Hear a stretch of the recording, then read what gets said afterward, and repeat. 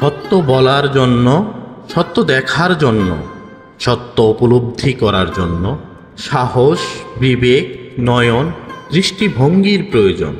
তুমি যখন একদল হায়েনার সাথে সময় দিবে, তোমার ভেতর সেই হিংস্রতা, পৈশাচিকতা জন্ম নিবে অবধারিতভাবে। তোমার দৃষ্টি কুদৃষ্টিতে পরিবর্তিত হবে, বিবেক মারা যাবে, আনুগত্যের দেয়ালে আটকে যাবে নয়ন। তুমি তাই দেখবে যাহা তোমার তথাকথিত প্রভু দেখাতে চাইবে।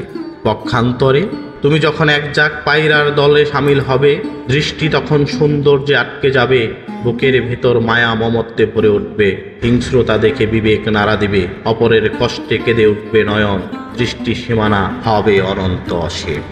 থাকবে না কোনো শৃঙ্খল, থাকবে না কোনো বাধা।